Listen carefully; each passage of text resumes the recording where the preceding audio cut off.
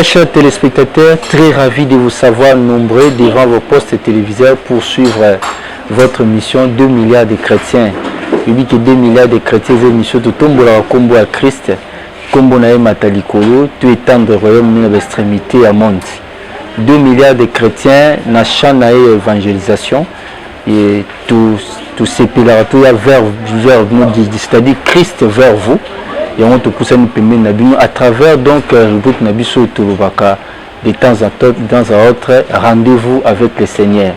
Place Wapi Touzwaka adresse à l'église locale, programme et culte, il y a des campagnes d'évangélisation, il y a des séminaires, des études bibliques, des concerts, des journées de louanges et d'adoration, bref, des informations liées à l'évangélisation. C'est ainsi qu'avant que nous ayons Moussa Nzambe, nous avons une émission à l'élo, où nous partager parole, nous partager message ou un colo à ce pays à transmettre l'andabiso siko. Je vous prie d'abord de suivre donc notre rubrique, les rendez-vous avec les Seigneurs, et on se retrouve tout juste après.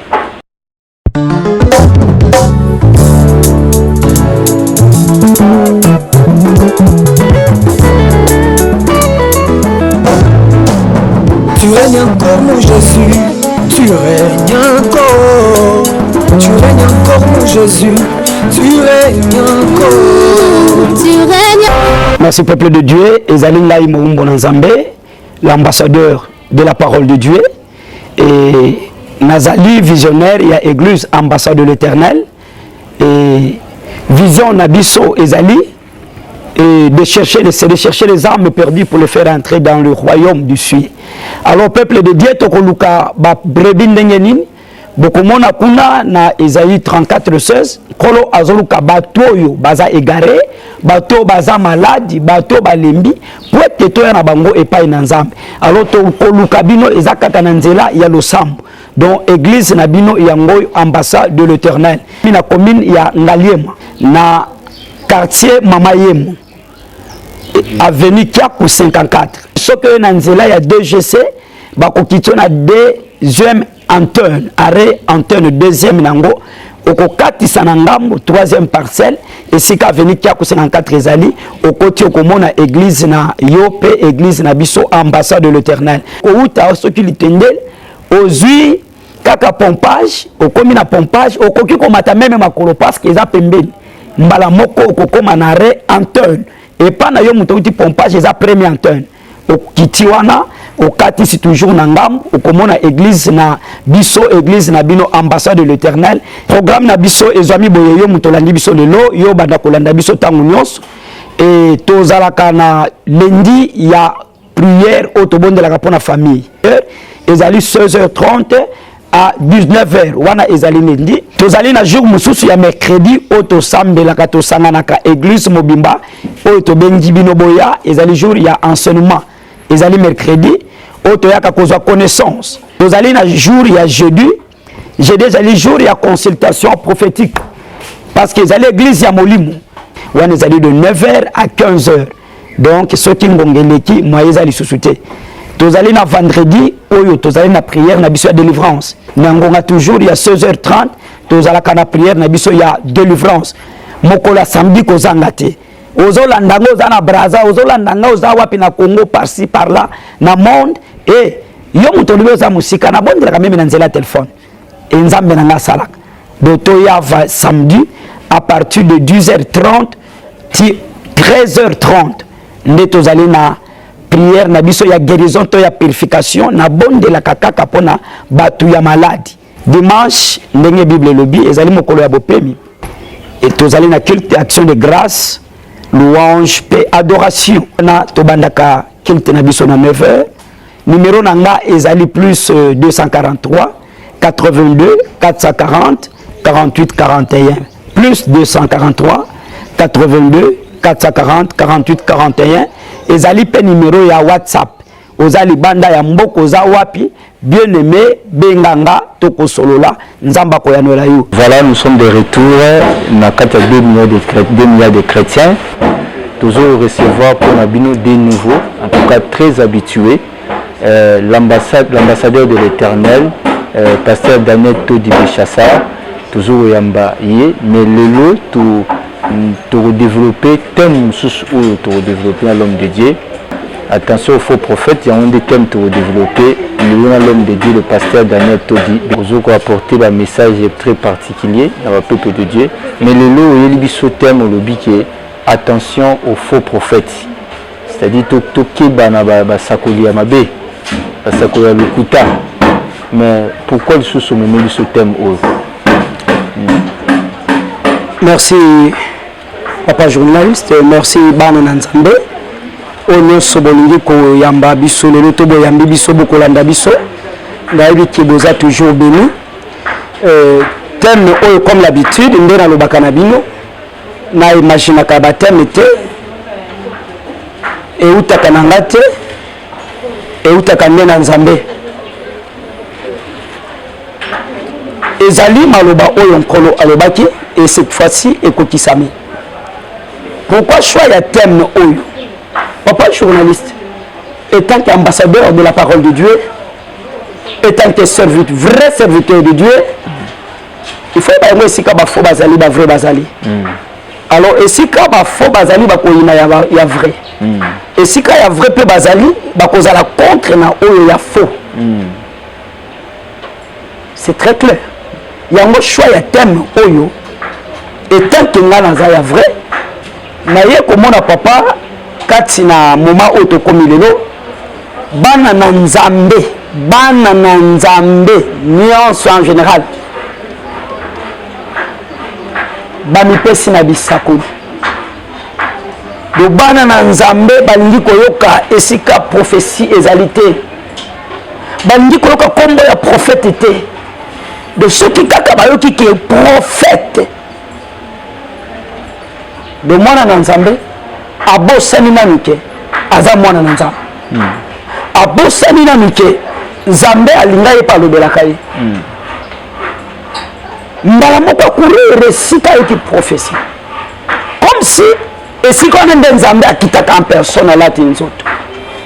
Alors mpo na ngai tant que mosali na Nzambe na solo esalinga pasi esalinga mawa yango na boyi na bomba yango papa journaliste nde na ye yango na etande eke oyo esika bana na Nzambe nyonso bazali bakolanda biso de na poni ngai te Nzambe ndaponeli yo tokeba na basakoli ya lokuta mpo batondi mboka yo mutu otie elikia na basakoli. Voilà tina ya teme oyo batondi ebele ya lokuta ya mabe babomi baye kodétruire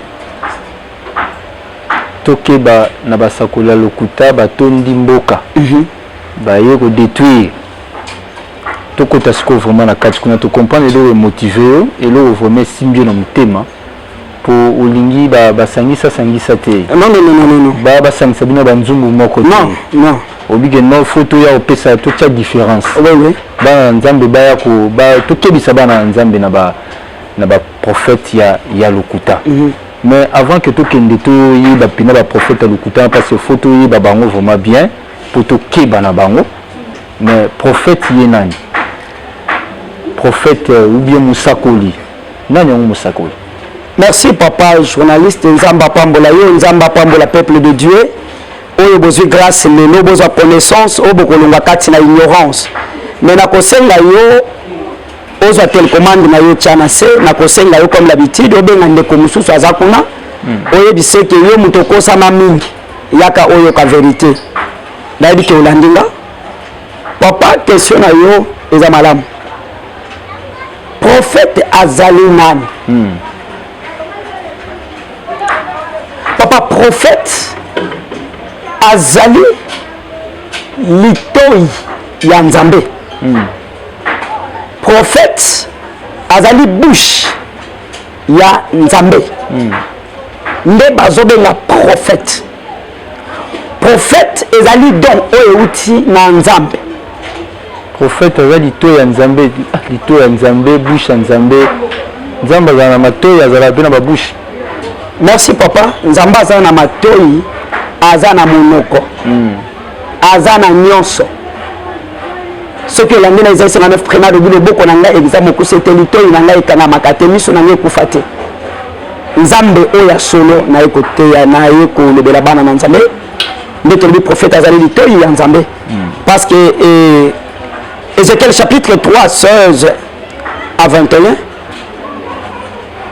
pourquoi nzambe alobi ke na tie etant que prophète saint centeniel aussi oya banda koyoka makambo nzambe alingi kolobela bana na ye donc akoloba directement na yo te akoloba epai nanga donc prophète azali mutu oyo azali koannonce baoracle ya nzambe prophète azali mutu oyo akoki kozwa baévénement oyo eleka na 2000 aye nango ntina 2022 akoki kozwa baévénement oyo ezali na liboso na biso na bambula oyo ekoya kuna aye na yango lelo donc c'est un prophète azali mutu oyo azopesa badirective baprincipe kati na vie ya bana na nzambe baordonnance c'est ça un mutu babengi prophète donc mutu azopesa badirective oyo ayokaka nzambe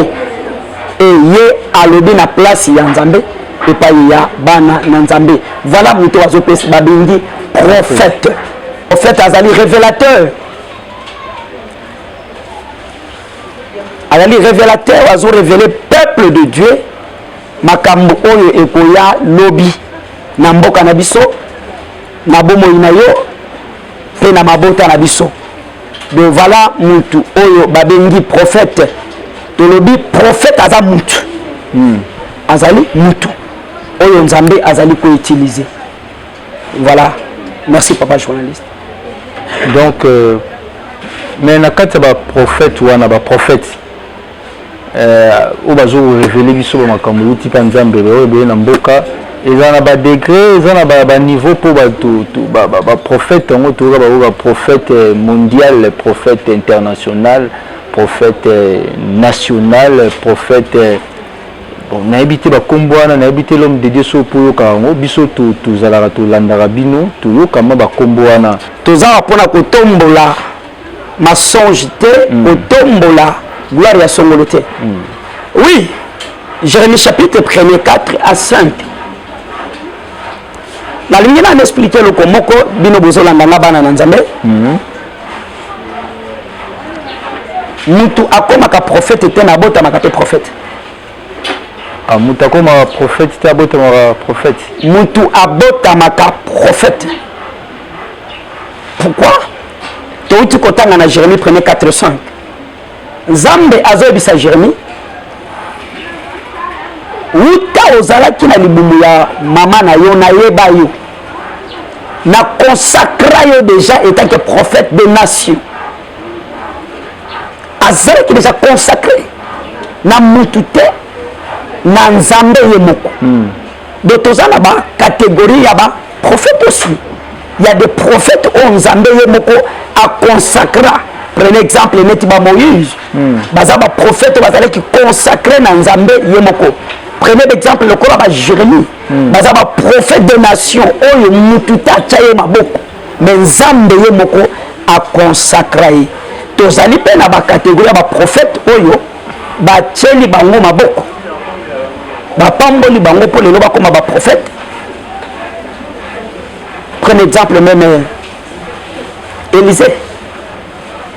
Muta pakole mafuta kwa koma prophète ezali Eli mais Eli ba pakole mafuta na mutu te voilà genre ya ba catégorie ya ba prophète donc ba prophète des nations bazali neti prophète des nations tinane rôle na une prophète des nations parce qu'il y a un vraiment eyokana makasi prophète des nations prophète des nations, prophète des nations. Fonction naïe bien rôle naïe et ça ne vous mandez. Bible le baka papa soki basakoli ya solo bazalite mboka etambola kama yamte. Même dans la Bible soki etambola moni ba roi nyos bazalaki na ba prophète na bango. Chaque roi au komona azala prophète na ye oyo nzambe autilisaka pour alobela roi wana otuni baprophète ya nation barole na bango eza nini rôle ya prophète ya nation ezali ya komema solution kati na nation esika problème ezali oyo bato bakoki kopesa solution te prophète aza wana po apesa solution. Prenez exemple des rois chapitre 6 de 8-24 ezalaki na guerre moko ezalaki kosalama entre basyrien na baisraéliste. Or que na Israël bazalaki na prophète comme Élisée. Alors moment nyonso bitumba ebandaki kosalama nzambe azalaki kolobela Élisée et Élisée abandaki kolobela peuple Israël. Dans ce sens kolobani kopesa bango ba directive oyo esengeli bango balanda mpo balonga te. Donc ezalaki soki basyrien batie mitambo mpo boboma baisraéliste okomona nzambe alobeli Élisée. Élisée ayebisi roi attention na tongo kotinda basoda na ngambo boye te tinda bango na nzela mosusu ebanda ekorépété plusieurs fois ti oye komona roi ya Syrie asiliki alobi mais comment nazoluka baisraéliste nazozwa bango te c'est que par bino basoda nga batraître bazali et moko ya soda alobi te mokonzi traître parmi biso aza te mais na Israël baza na prophète. Voilà un prophète de nation baza na prophète et prophète wana makambo nyonso yosalaka meme na chambre yamonaka yango et yango ozomona makambo nyonso yozosala ezosimba te. Rôle ya prophète de nation aza moto azopesa badirective ya solo azopesa baprincipe d'orientation kati na nation na likambo etali nation et omoni guerre wana eyaki osalama nini nsima nango roi ya Syrie asilikaki atindi basoda bakanga Élisée kokoma epa Élisée abondelaki bazwi aveuglement amemi bango ntina kati ya Samarie na camp ya bamilitaire ya Israël etango kaka bakomi na camp miso ya basoda mefongami bakuti baza deja na camp. Alors roi alingi aboma bango abengi prophète Élisée dit mon père. C'est pour cela un prophète aza mutu oyo bakosakana na ye un prophète de nation quel que soit président de la république quel que soit mutu nyonso oyo aza na mboka akosakana na prophète ndasengi eske na boma prophète alobi te koboma bango te lambela bango pesa bango balia bakei.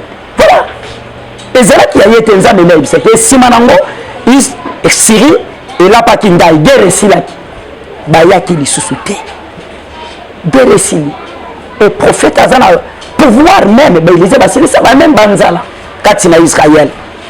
Donc mokonzi akoki te et prophète aza na makoki nyonso nzambe akolobela ye mpo apesa solution. C'est ça rôle ya prophète de nation eza moto azopesa solution kati na nation aza moto azopesa badirective mpo nation etambola malamu. C'est ça un vrai prophète de nation, un vrai prophète de nation eza yo te nazoloba un prophète de nation.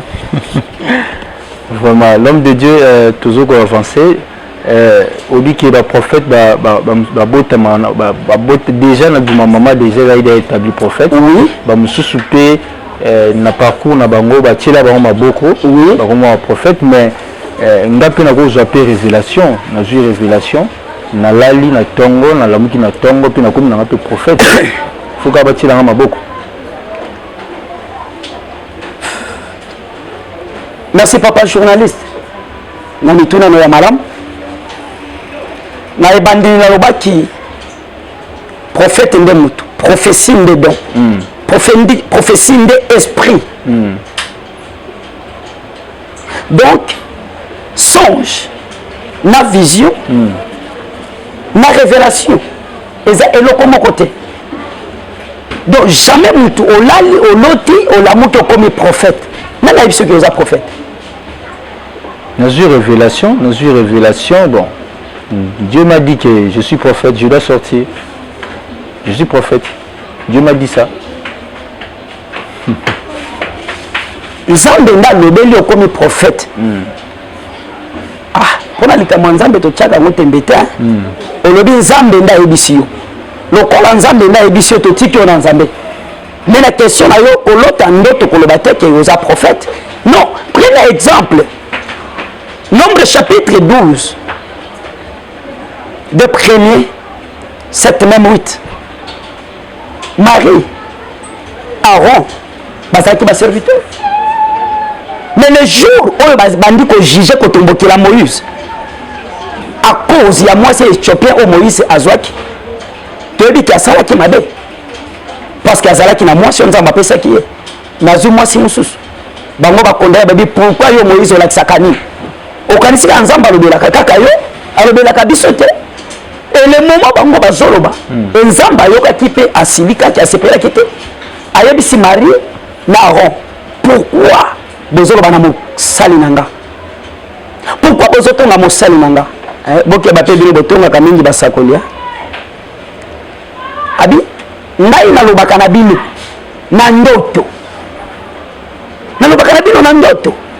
mais Moïse nasololaka na ye lokola mutu na moninga mutu. Voilà la différence. Oloti ndoto na yo oui nzamba zo lokuma révéler yo gloire au Seigneur mais okomi prophète te okomi prophète te nzamba tindi yo te buntaloti ndoto tobenga bango ba songeur baloti ndoto le nzambe alobelaka ye mais na lolenge mosusu. Alors il faut que papa tango tozoloba ndoto na prophète ndoto ndenge Bible elobi na Job 33 14 à 18 kwa bi na lobelaka bino tango bolalaka na bambeto na bino bokufaka ndenge nzambe na yaka kolobela bino kopesa bino ba directive et ba avertissement bien tolali na mbeto tokufaka nde na ndoto nzambe alobi mais prophète aza mutu alotaka te prophète alotaka te prophète aza na kitalatala prophète aza na litoi de nde tozosola na yo boye nazoyeba yo ndenge ozali c'est ça prophète prophète atatonaka te kolota ndoto kuta oyebi yango pete yo moko olobi kaka naloti ndoto prophète est ce que oyebi nde kolimbola meme ndoto yango kointerpréter songe non ndo prophète alotaka te mais ayokaka te amonaka de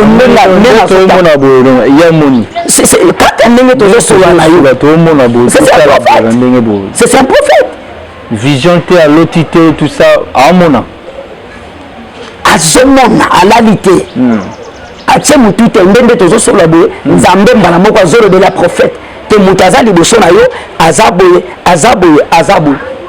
Na compris cet exemple même il y a Jésus-Christ était que prophète. Parce que quand il y a un ministère, il y a prophète, apôtre, prophète, toujours le prophète, il est là.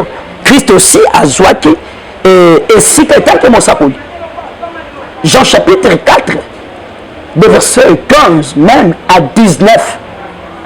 Et le jour à Outi Kotambola, à comment il est si comme quoi les bâtiments sont à côté de la femme au Samaritain.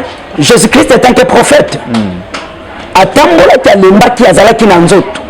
À comme il a libulu moko ya mai. Écoutez que la femme samaritain a senga qui est mal et moi si on a l'eau parce que relation exacte entre biso ba jif na bino ba yud alors je sais que ça veut dire soki oyebi muntu azo senga mai ni ko ba bongo te olinga ko senga mai ya bomwe pa pesi yango et moi ça lui pesa nga yango mai adavana pesa yo mai kebenga mobali na yo. Voilà prophète landa bien papa journaliste pardon bana na nzambe bolanda nga malamu. Moi c'est na lobi nazana mobilité. Jésus-Christ a lobi oui ozana raison. Ozana mobilité parce que ozana mibozana 5 mibali. Ozana yesikoyo azape mobali na yote. Yango lobi que ozana mobilité. Moi c'est lobi oui toyeba kike masiya koya. Oya komonisa biso makambo prophète. Voilà, est-ce que Christ a bien prophète? Est-ce qu'Allah a répondu? Non. À mon avis, moi, je suis un ibal et belé, et Christ a dit yango. Donc voilà, prophète. À mon avis, tout ça, boy. Thème na biso alléluia. Attention aux faux pasteurs. Faux prophètes. Aux faux prophètes. Attention aux faux prophètes. Toujours développer dans l'homme de Dieu. L'homme de Dieu, te comprendre prophète, te comprendre vrai prophète, te comprendre, te saisir, prophète nani, te saisir en haut, mais maintenant pour kebisi biso na ba faux prophète, basakolo lukuta, mais basakolo lukuta ye nani, ndeni to roye babango, ndeni to reconnaître basakolo lukuta, parce qu'il faut te roye babango quand même pour te keba na bango. Merci papa journaliste, il a dit que le peuple de Dieu, bozo landabiso, toza kati na parole de Dieu, oza na Bible na yo, okofongola yango, et si ka tozu thème wapi ba sakoli lokuta. Matthieu chapitre 7-15. Bible lobi bokeba na ba faux prophète. Bakoya na vêtement ya blanche. Lokola meme na kati baza bankoi.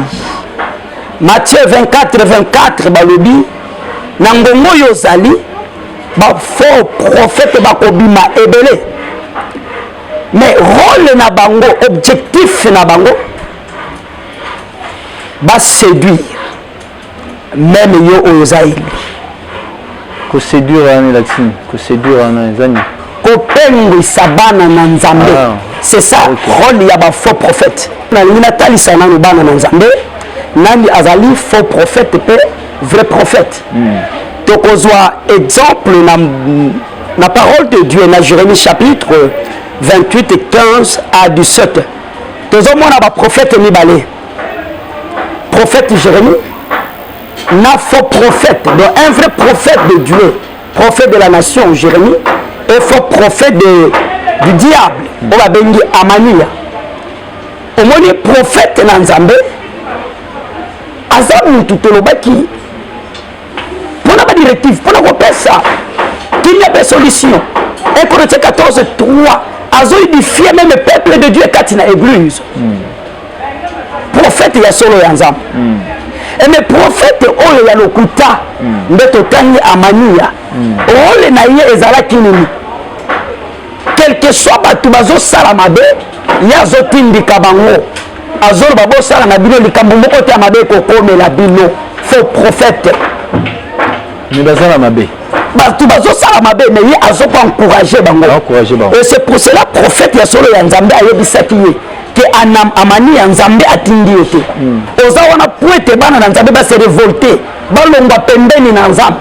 Et c'est pour cela na yebisi yo kaka na mbula oyo yo kokufa. Et yango to komona faux prophète ya diable akufaki na mbula oyo kaka ndenge bosakoli ya solo alobaki.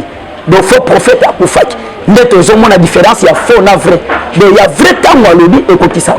Et ya faux atindiki batu babunga nzela yango somona papa toujours bake ba faux prophète rôle na bango ya ko séduire peuple de Dieu même ba eli bato ba mikaba na Christ soto kuta na faux prophète na zolo bana yo peut-être so kuta déjà o lata déjà par lata yo c'est le moment pembeni na yo fo bunga nzela pembeni na yo pour servir le diable. Quel exemple Bible zolo ba papa na Mukanda ya Jérémie chapitre 23, 11, 17 de même 26 à 27 nzamba zoloba ba prophète on a tindaki bangote na yebi bangote bazokende mbangu na tindi bangote nde bozomona batonde meke nzamba tinda bangote na zoloba na yo faux prophète nzamba tinde yote nzamba alobi na yebi yete omonde na zoyebisa yo bana na nzambe to bana muto benga prophète nzamba yebi yete nzamba yebi ete nzamba lobi ndenge bavandi wa d'abord kula zotuna nani avandaka na likita na ngana ya milimo po ayeba makambo ngai na somo na milimo yo vandaka na likita na nzambe yo vandaka na likita na nzambe nzambe yalobelaka yo kula lobi rôle na bango eza pona ko bungisa peuple lokola bapapa na bango ya kala omoni ba faux prophète alelo batata na bango o wana Jérémie aboma o bana na bango babota yo bouta na makila ya mania yo faux prophète ozola ngai o uta na semence wana bokeba do rôle ya misala ya bakoko na bango yango bazosala bazobungisa bana na nzambe na place bato batalela Christ na place bato batelema kati na foi na place bato batelema kati na prière mais bango bazobungisa bango na nzela ba prophétie ya lokuta na bandoto omoni ba faux prophète baza nini eza ka baza ebele de ndenge baza wana bayokanaka très bien yo loti ndoto ya lokuta oyebisi nga nga nayebisi papa azotala biso nayebisi mama azotala biso topanzi ndoto wana ozoka bato bazobengi baprofete topanzi ndoto wana biso nyonso mpona kokosa bana na nzambe meme na kati ya église na verset na pense ya papa ti na kati ya église bafaux prophète bazali ebongo bazalaka wapi oyo bazala na balabala wana te bafaux prophète ya solo batongi baimmeuble ozoselikela ngai mpo nini ozoselika mpo nini batongi basynagogue de satan oyo botongi wana nde esika bafaux prophète ya minene nde bazobungisa bana na nzambe na baprophétie ya masonge na baprophétie ya mabe ya satana papa prenez exemple actes des apôtres 16 bible ezoloba Pierre Paul pardonna Silas bazokende na lieu de prière esika bakende na lieu de prière bakutani na faux prophétesse ya mwasi ye abandai kosakola l'esprit ya Python toyebi boyebi yango ozolanda nga oyebi yango abandai kosakola mpe bato babandai kondima ye tazali prophète mais l'esprit ya Python nyoka te papa journaliste au Satan Lucifer diable azosakola donc ye te oyo bino bozomona oyo azokoba talanga bien omoni prophète na ye wana ozokumisa faux prophète na ye wana omoni yo ozomona na nzoto ezalaka ye te tatana aza na kati donc nyoka nde alobaka alors mokala nyoko wana papa ayebisi bato omoni bato oyo bazali basali na nzambe ya likolo bazolakisa nzela ya solo donc omoni faux prophète oyebi kenga naza vrai prophète koleka yo oyebi yango bayebi biso bien te ndenge ambassadeur la parole de Dieu azoloba wana prophète alobi mpe asolo ti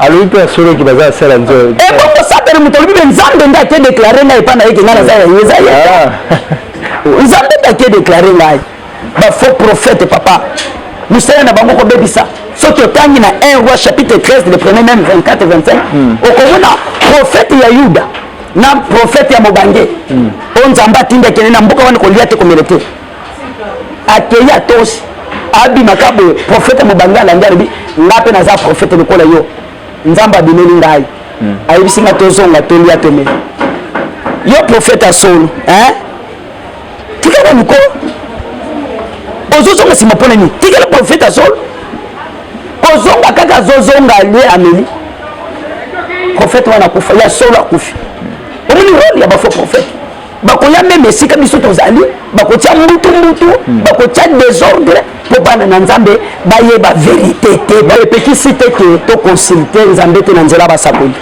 parce que Exode chapitre 18 de verset 15 ozomona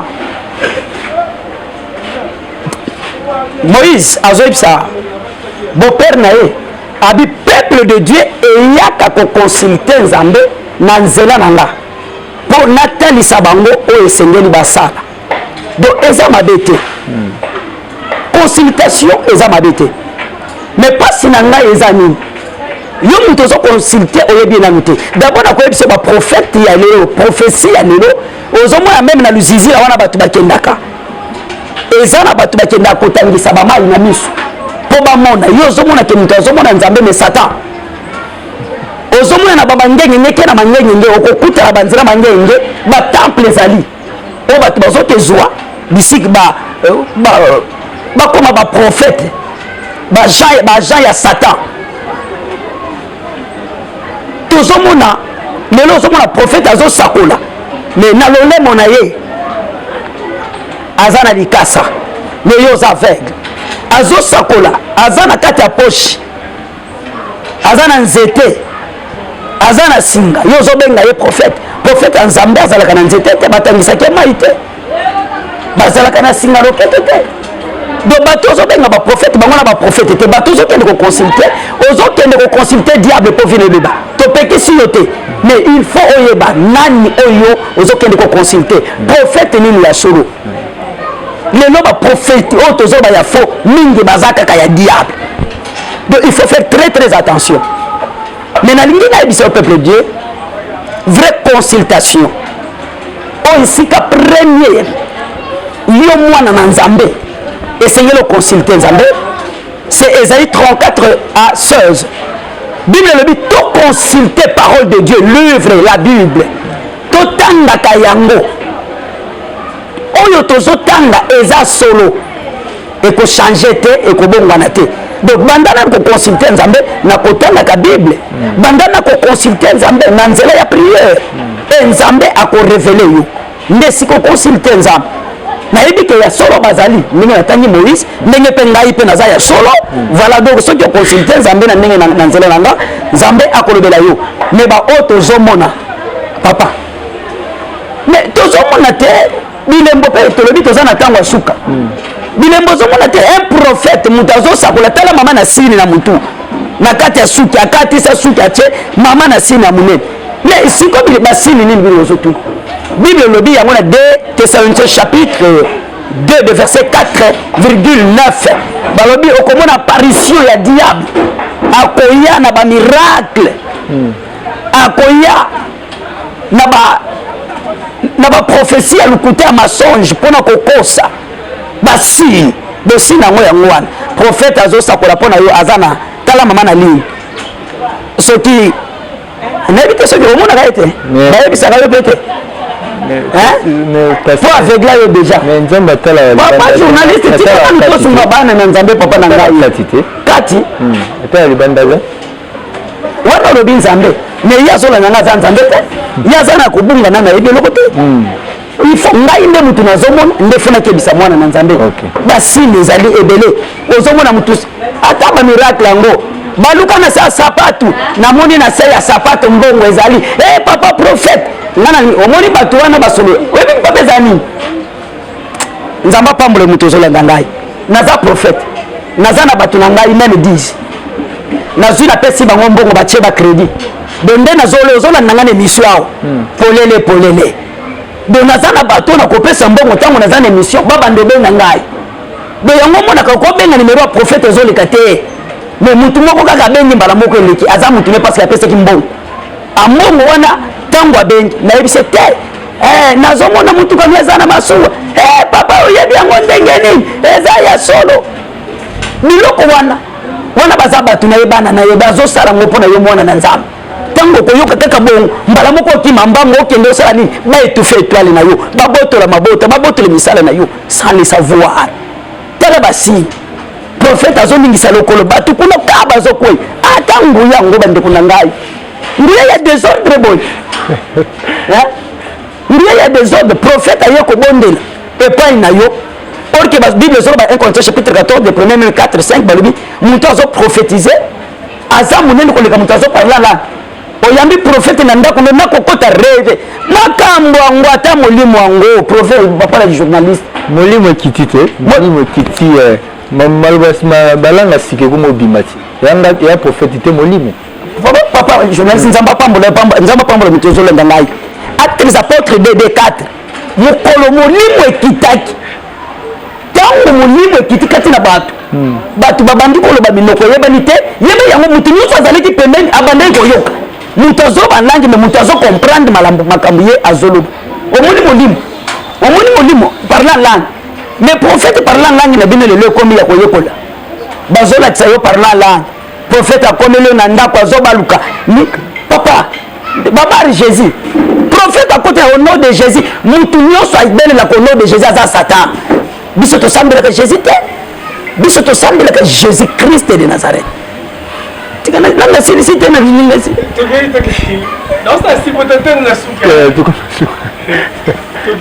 bato bazobeli le nom de Jésus au nom de Jésus Jésus ya poche magicien biso tosambelaka Jésus Christ de Nazareth oyo alongaki croix oyo aza na bomoi Matthieu 28 premier b parla langue ye papa otumoli ngai dabo parla langue ezoro baboyi 1 Corinthiens 14, 27 à 28. Soki batu babandi koloba langue, soki baza misato, il faut mibale batika moko aloba. Mutu na mutu aloba na tour na ye. Les conditions bazopesa, il faut interprète azala. Soki interprète azate, akana munoko na ye. Ye mutu prophète par la langue. Kanga munoko na yo, yo ye ko bondolo sakola pona ngai. Makambo zolo baraka ngana zoyo ka yote. Est-ce que mutu amimeli ko labu ye wana? Azo ko invoquer milimo na ye d'abord bandi ko dominer yo. Nzamba pambula yo. Papa nzamba pambula yo. Ozelo ba papa uti wapi kasi tangu na yo koki. Ayeko boma yo. Bereke saka wana zo ko invoquer milima. Parce que ba prophète musu basale la ka. Ba bankita. Yoki ngai ya mai, bisimbi ya mai. Oh. Ba musu basala ma jean noir rouge. Tikana paso la bango ma muno yebisa yo. Yo nzamba yeko bikisa yo. Ba so sale la biteko papa. Ba parla langue, yo ba parla langue batani sambo. Yoni to zongo na ko de kende na l'équipe na kati na télévision, o yaka to bo te ko parler en langue. Mais papa, enseignant ya molimo mo centre, kasi yebo ko molimo mo centre. Tisa biloko ba faux prophète o ko kufa. Ba yiba yo ba chance, ba kanga yo, likolo ya ba faux prophète. Yo faux prophète ozo kanga, keba na yo. Na ni po bisa pe faux prophète ngo. Wa zo ka wana faux prophète zo lando siko o wana. Oui, c'est bon. Nazoyebisa bango boy. Azoyo kayo aza bamusu basiliki bamusu pe baza touché. Oui, c'est bon. Mais c'est la vérité. Galates chapitre 4 et 16. Vérité mais maka toujours haine. Tokutaka bango te pour utiliser bango te. Mais na lingina songa yo nzamba zolo baboy yo faux prophète. Ézéchiel chapitre 18 24 même 27. Nzamba biata obanda ko sala mabe yo faux prophète wana. Soki tiki yango lelo zongeli Yesu masiya nkola ko yamba yo. Akobosa ni mabe wana akobomoni sisude na makambo so asali ya panzi bota batasali tout nzamba wayambe kaka la différence te papa différence ya Christ te nzamba ya solo oyi biso tozana ye akobosa na ya akobomeli sisude mais so otikite omoni muningana na amani ndenga kufa kile munoko ya Jérémie lelo na munoko na yo kufa il faut bana na nzambe basa le délivrer na zolo bana yo prophète na yebi yo na yebi pa église na yo appartient na kobondela bandimi balonga na église na yo bana na nzambe fo babili na synagogue de Satan do na sungi yo tika misala wana tika bana na nzambe libre nzambe na biso alobelaka bango ya lobaki na mokolo ya suka acte 2 de 18-19 akotondisa bolimo na bana na basi ya mibali bakokoma basakoli oboni ke ozalaka prophète na vie na yo olaninga nzamba pambola yo ozalaka prophète mutakoso yo te o toza na tango ya intermédiaire ya ba ange te awa toza na tango ya molimo mosantu tango osimbi liloba osimbi vérité osimbi kondima yo mwana na nzambe oza mosakoli prophète ya lokuta kokosa ye te bonganga na bino fo tokanga bandako wana fo bana na nzambe babili na baeglise na basynagogue wana oyo bozotonga wana prophète ya lokuta otikali na 1 minute oyoki ngai napesi yo 1 minute soki obongoli te ange de la mort aza pembeni na yo Esaïe 37,36 aza pembeni na yo ange de la mort bana na nzambe bolandi ngai obengi mama obengi papa ba faux prophète kokende nanu te avant okende siko okendaka bondela na nzambe tuna ye ata umeli l'église bondela tuna nzambe prophète alobelaka yo est-ce que yenda alobelaka yo to satan alobelaka yo ba faux prophète balandi tokomi vraiment na suka ya mission na biso 2 milliards de chrétiens oyo eyambai mpona bino le pasteur Daniel Todi l'ambassadeur de l'éternel Daniel Todi Béchassar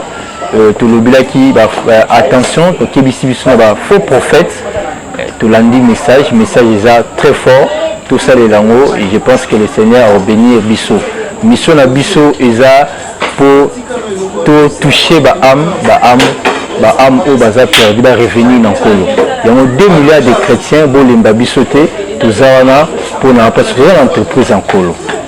Je remercie la grande équipe pour les accompagner toujours biso coordonné par Platini Samba et puis la confiance na bino pe fidélité bozo osala bo message de 2 milliards de chrétiens. On se retrouve donc prochainement avec le même plaisir. Ciao.